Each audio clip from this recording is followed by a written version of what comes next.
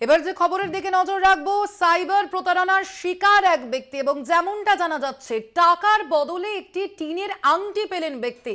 ঘটনাটি মুর্শিদাবাদের ডোমকলের এবং এই ঘটনায় চাঞ্চল্য ছড়িয়েছে এলাকায়। সাইবার প্রতারণার শিকার হয়েছেন এক ব্যক্তি এবং যেমনটা জানা যাচ্ছে টাকার বদলে তিনি পেয়েছেন একটি আংটি এবং ঘটনাটি মুর্শিদাবাদের ডোমকলের।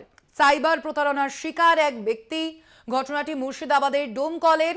টাকার বদলে একটি মাত্র আংটি পেয়েছেন সেই ব্যক্তি এবং তার পরিপ্রেক্ষিতেই তিনি অভিযোগ দায়ের করেছেন। সাইবার প্রতারণার শিকার এক ব্যক্তি এবং টাকার বদলে পেলেন টিনের আংটি ও সাদা কাগজ। ঘটনায় তিনি অভিযোগ দায়ের করেছেন। অভিযোগ করা হয়েছে ফোনে পুরস্কার জেতার প্রলোভন দেওয়া হয় তাকে এবং তার পরে টাকার বদলে তাকে দেওয়া হয়েছে টিনের আংটি এবং সাদা কাগজ। সাইবার প্রতারণার শিকার এক ব্যক্তি, ঘটনাটি মুর্শিদাবাদের ডোমকলের। ঘটনায় চাঞ্চল্য ছড়িয়েছে এলাকায়। টাকার বদলে পেলেন টিনের আংটি ও সাদা কাগজ। অভিযোগ ফোনে পুরস্কারের প্রেক্ষিতেই সেই টাকার এই প্রলোভনের ফাঁদে পড়ে সে। এ বিষয়ে আমরা আরো বিস্তারিত জানবো। ফোন লাইনে রয়েছেন আমাদের প্রতিনিধি রাকিবুল। রাকিবুল, কি জানা যাচ্ছে, ঠিক কিভাবে এই প্রলোভনে পা দিলেন তিনি?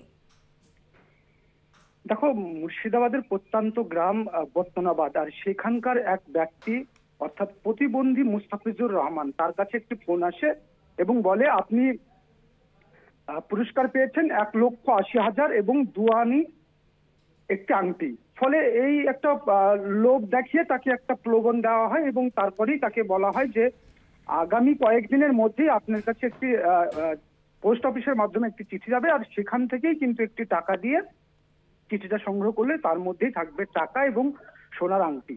এমনটাই কিন্তু প্রলোভন এবং লোভ দেখিয়ে তার কাছ থেকে টাকা তুলে নেয়, এমনটাই কিন্তু তিনি জানিয়েছেন, অর্থাৎ মুস্তাফিজুর রহমান জানিয়েছেন।